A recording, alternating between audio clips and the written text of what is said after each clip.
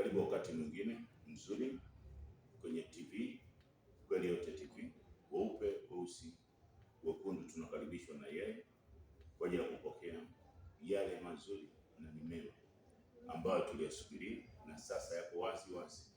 Kwa hiyo ni lile kusudi jema kabisa kwa ajili ya yeye mwenyewe kutukumbuka. Kwa hiyo tumshukuru kabla yote. Baba, tunakushukuru, tunakuinua, tunakupenda. Asante kwa sababu ya majira hii. Wewe mwenyewe umetukaribisha kwenye TV yako ya Kweli Yote, kwamba utayasema yote yaliyo kweli kwa ajili ya watu wote, ili Baba tupone, ili Baba tuishi vile ambavyo tulikuwa tumekusudiwa juu ya nchi, sio tena mbinguni. Tunakushukuru kwa sababu ya kukaribisha na kutufundisha sisi sote imetokea. Karibuni sana, karibuni weupe, weusi, viongozi na wasio viongozi, wakubwa kwa wadogo, kwa sababu ni yetu yote sisi. Haya, leo tunafahamu kabisa na tuelewe sisi sote kwamba ufalme wa dunia umekuwa ufalme wa muumba wetu ambaye ni Kweli Yote. Narudia tena, sioni aibu kusema hivyo kwa sababu ni kweli. Ufalme wa dunia umekuwa ufalme wa muumba wetu ambaye ni Kweli Yote. Kivipi sasa umekuwa? Kwanza kabisa alisema atakuja kama mwizi. Kwa hiyo hakuna mwenye kufahamu hilo jua la kwanza na kile kitakachokuja ni nini.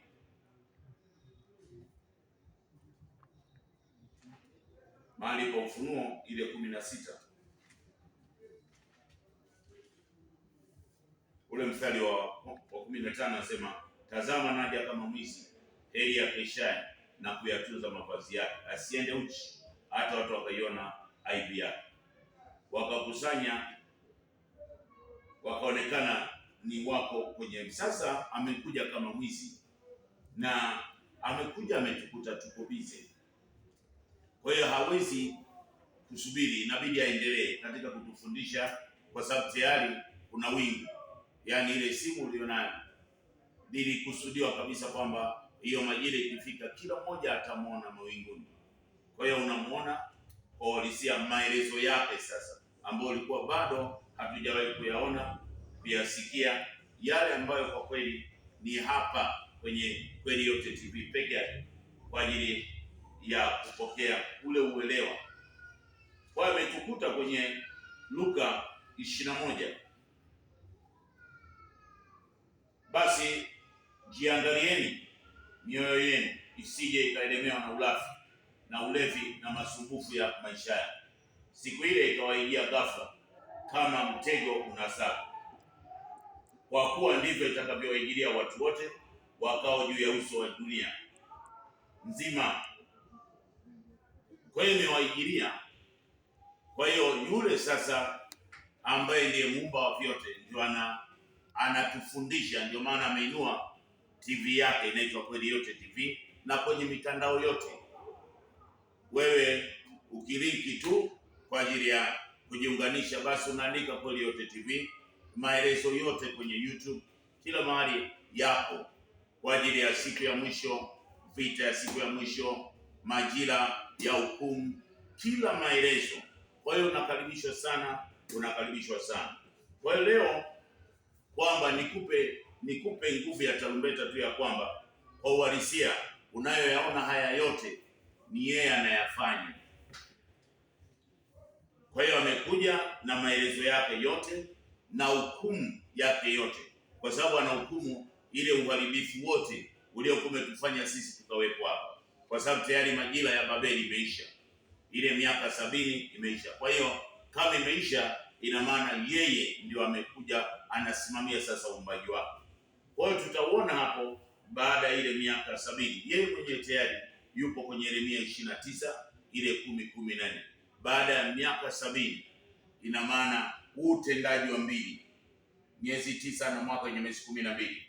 Kwa hiyo kurudi hapa ndio majira ya mwaka wenye siku ya hukumu ndani, kwa sababu mwaka unakuja ukiwa umebeba siku ya mwisho kupitia Isaya 61 ile mbili. Kwa leo kwamba sasa hivi kwa sababu damu zote, madhabahu zote, mifumo yote imeondolewa, kwa hiyo sasa ufalme wake umesimama. Kwa hiyo ina maana ni wote sasa, hakuna majina ambayo itasimama kwa ajili ya mitume, kwa ajili ya unabii, kwa ajili ya ishara, miujiza, maigizo juu ya nchi hayatakiwi. Makafara, utendaji wote wa siri juu ya nchi hautakiwi. Kwa hiyo kama vile alivyotamka kwenye Ufunuo 11:15 mpaka 19, hapo ndipo mahali ambapo yeye amethibitisha haya.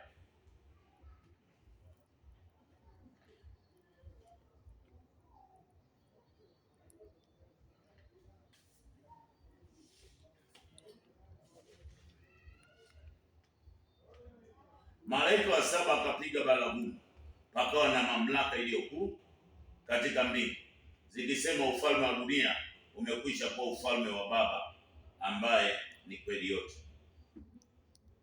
naye atamiliki hata umilele. Na wale wazee 24 waketio mbele za kiti hicho cha enzi wakaanguka kifudifudi. Wazee 24 ni ile mitume 12 na makabila 12, kwa sababu majira ya Yerusalemu ya kwanza imefutika, hii mfumo umeanguka. Kwa hiyo ni lazima mfumo wa Yerusalemu ya kweli, ambao utendaji wa kweli, kama vile alivyosema kwenye Yohana 4:23 ya kwamba sasa ikifika atakayeabudiwa ni Baba. Kwa hiyo Baba ni kweli, tutaabudu katika kweli, si katika nguvu ya ishara, miujiza yote. Kwa hiyo hii maigizo yote hayana nafasi tena juu ya nchi, kwa sababu yupo yeye. Kona kutangazia na ni kweli, na ni kweli. Utashuhudia rafiki, utashuhudia kwa sababu ni kweli. Wakisema tunakushukuru wewe ambaye ndiye muumba, ambaye ni kweli yote, uliyeko na uliyekuwako, kwa sababu umeutoa uweza wako ulio mkuu na kumiliki. Na mataifa walikasirika, hata kama watakasirika, kwa sababu sio uumbaji wao. Uumbaji wao ni uumbaji wa yeye aliyetumba. Kila mmoja ameumbwa na kweli yote, ambaye ndiye muumba mwenyewe. Kwa hiyo hata kama watakasirika, kazi bure, kwa sababu yeye ndio anafanya. Na wakati ukaja wa kuhukumiwa waliokufa kwa kuwapa thawabu yao wote waliokuwa wanafanya mema. Ndio maana tangazo limetoka na yeye mwenyewe amelitoa. Uwe mchungaji, uwe nabii, uwe mtume, uwe mwinjilisti, uwe padri, uwe pope, uwe papa, wote waliokuwa wanafanya kazi kwa ajili ya huduma ya watu juu ya nchi. Kama umefanya kazi nzuri, utalipwa mazuri. Kama ulikuwa unafanya kazi kwa ajili ya mahali fulani, basi kazi yako imechomeka. Kisha hekalu la yeye mwenyewe lililoko mahali pako likafunguliwa, na sanduku la agano lake likaonekana juu ya nchi. Kwa hiyo limeonekana, na tayari Ezekieli sasa 43:1 mpaka 9, hii hapa juu, kwamba mahali hapa ndio mahali pa muumba juu ya nchi. Kiti chake amekwisha kukisimamisha, kwa maana hawezi akaambatana na nguvu ya makafara, nguvu ya maroho machafu juu ya nchi, haiwezekani. Kwa hiyo yeye Baba, yeye hatumii hivyo. Yeye ni Baba, ni katika kweli yote peke yake.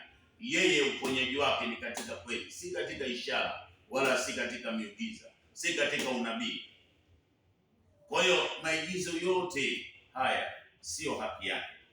Kwa hiyo ameketi kwa kutufahamisha sasa kwamba hakuna jambo lolote litakalokuwa la siri, kwa sababu tayari ile siri iliyokuwa inatakiwa ifanyike tayari imeonekana. Taisoma kwenye Ufunuo ile 10 ule mstari wa 1 mpaka wa 11. Kisha nikaona malaika mwingine mwenye nguvu. Malaika ni ujumbe,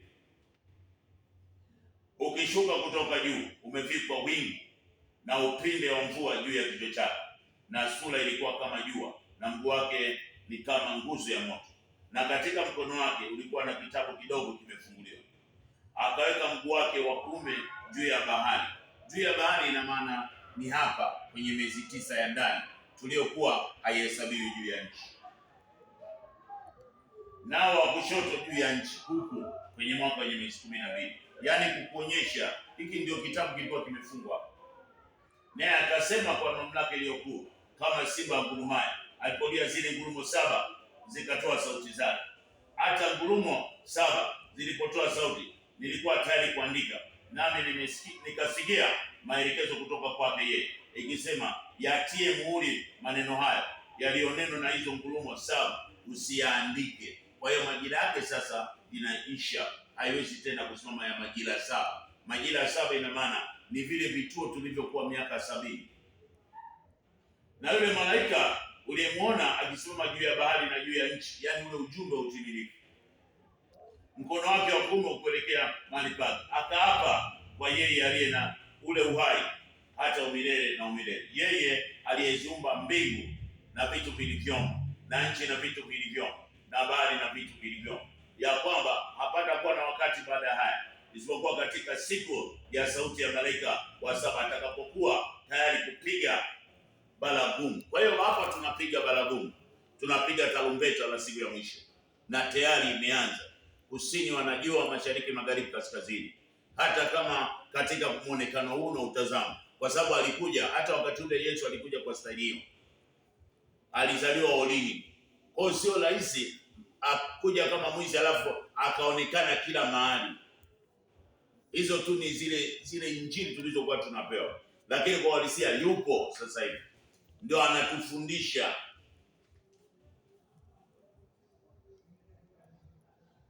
Na ile siri sasa itakapotimizwa kama alivyowahubiria watumishi wake, na mamlaka niliyoisikia kutoka mahali pake ilinena nami tena ikisema, enenda ukakitoa kile kitabu kilichofunguliwa katika mkono wa kuume na mbele ya yule aliyesimama, katika mkono wa yule malaika aliyesimama juu ya bahari na juu ya nchi.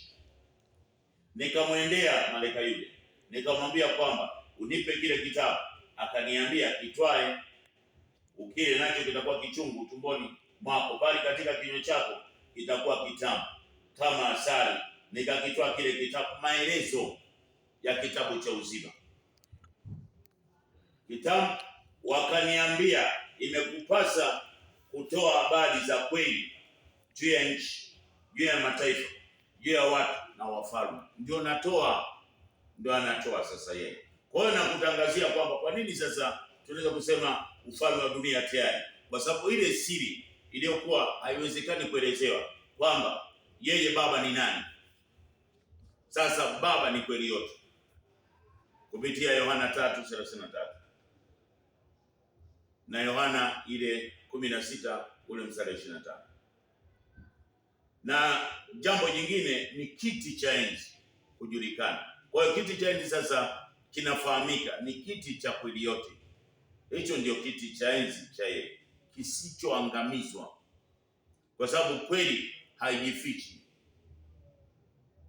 Kweli hata kama itakuwa miaka mingapi, lakini kweli itabaki kuwa kweli. Kitabu cha uzima, ina maana kile kitabu kilichokuwa ni cha maelezo yote ya yale ambayo tulikuwa tuyajui, sasa yako wazi. Hicho ndio kinaitwa kitabu cha uzima. Ina maana kinakuwa kimebeba kweli yote.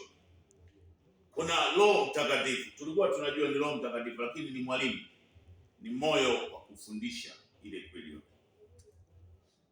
Tukaona ufunguo wa kuzimu na mauti. Hakuna aliyejua kwamba kuzimu ni nini na mauti ni nini, lakini tumefahamu kwamba ufunguo wa kweli yote, ina maana ni kile kinywa kinachofungua ile mamlaka ya kila mmoja pale alipo, anafunguka na anaelewa. Mti wa uzima tunaona ni majira. Majira ina maana ni kalenda, ndio mti wa uzima. Ukisoma pale mahali pa Ufunuo ile 1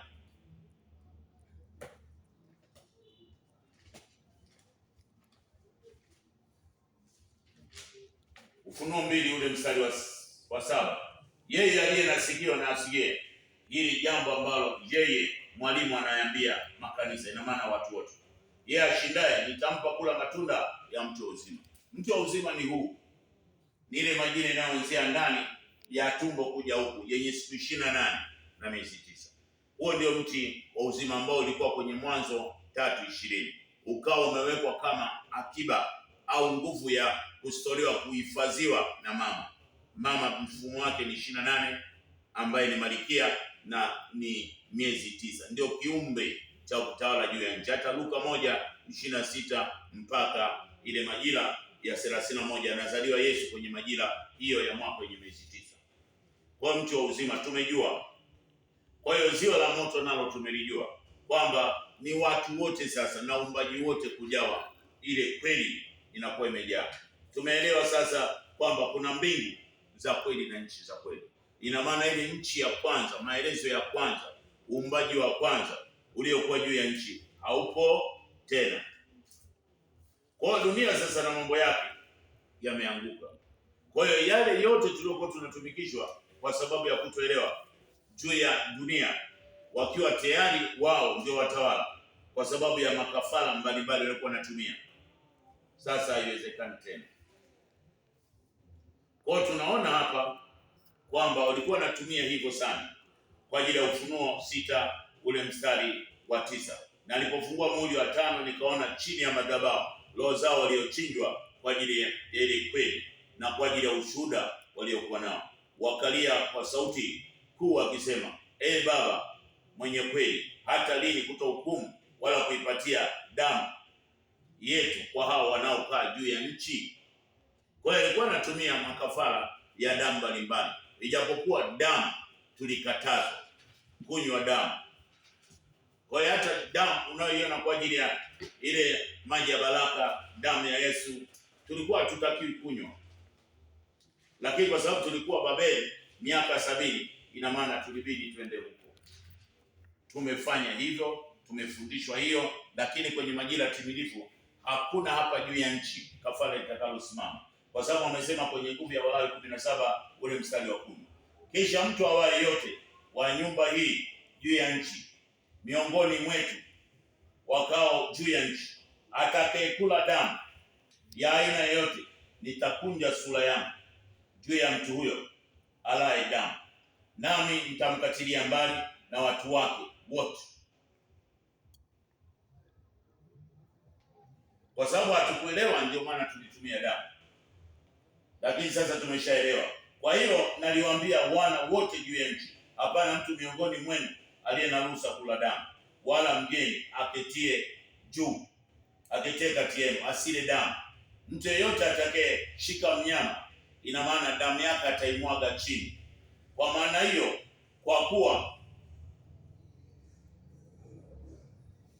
kwa maana kuliko huo uhai wa mnyama na mtu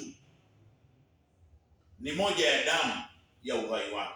Kwa hiyo damu, ndio maana unaona duniani walikuwa wanatoa sana sadaka, wanatoa sacrifice sana za damu za aina mbalimbali. Kwa nini? Kwa sababu walikuwa wanapenda nguvu. Babeli alikuwa anatumia sana makafara.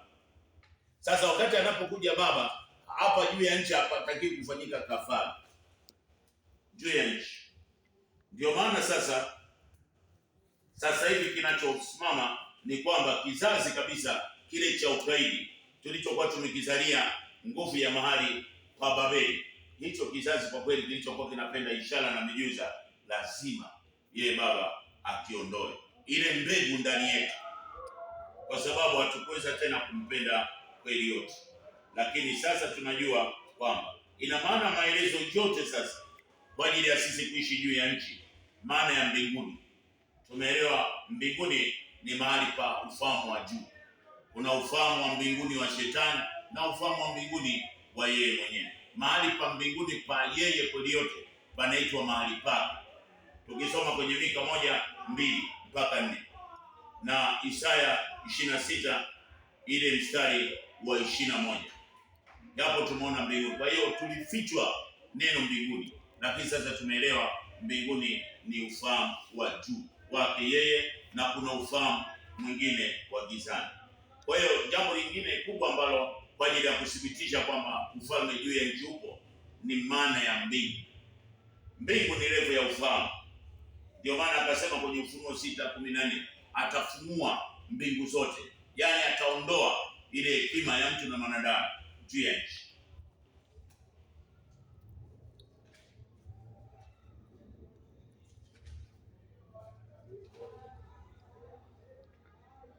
Nasoma, mbingu zikaondolewa kama ukurasa ulivyokunjwa, na kila mlima na kisiwa kikahamishwa kutoka mahali pake, na wafalme wa dunia na wakuu wa majemadari na matajiri na wenye nguvu na kila mtumwa na muungwana wakajificha, kwa sababu kwenye pango za chini ya miamba ya milima, wakiambia milima hii tuangukie, tustirini mbele ya sura yake akitie kwenye kiti cha kweli yote na hasira yake, kwa maana siku iliyo kuu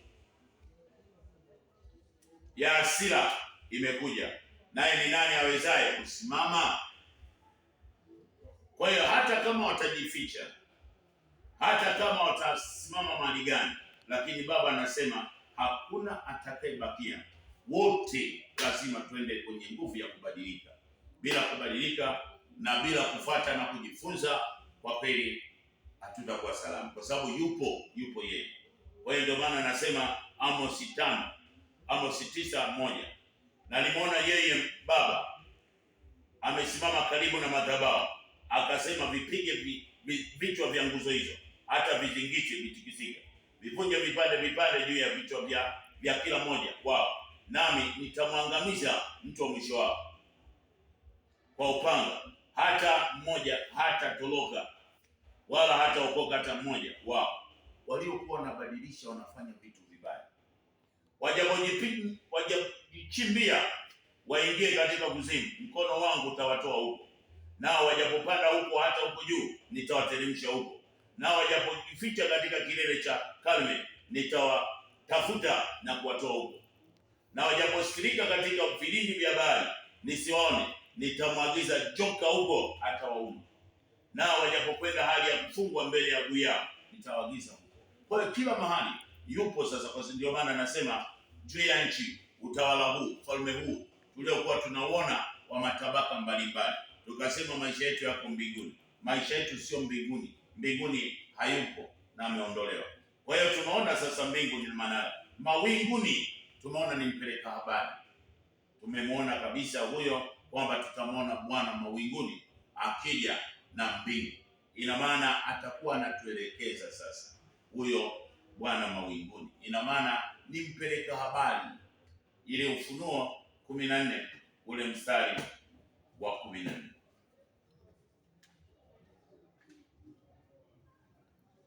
Kisha nikaona natazama wingu jeupe, na juu ya wingu hilo ameketi mmoja mfano wa mwanadamu, mwenye taji ya dhahabu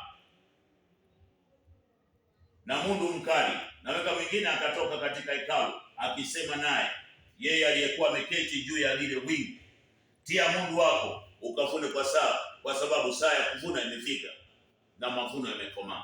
Kwa hiyo hapa tunatimiza tu ya kwamba mawinguni, unaisikia hii ujumbe ndio unakufikia wewe. Wingu ni habari, wewe unayepokea kwenye hiyo mitandao ya jamii yenye kila mahali, mpaka itafikia sasa utaiona kila mahali, kwa sababu amekuja kimya, hakuna yeyote aliyekuwa anafahamu. Kwa hiyo wewe mweupe, mweusi, mwekundu, taifa, kiongozi na asiye kiongozi, tunapaswa sasa kujifunza. Karibuni sana kwenye Kweli Yote TV. Alafu mauti na kuzimu, hatukuwa tumefahamu mauti na kuzimu majira zote, lakini mauti na kuzimu ni uongo. Kwenye Isaya 28:14 walijificha kwenye uongo. Kwa hiyo tuliishi hapo. Sasa yeye amekuja atuambie kweli.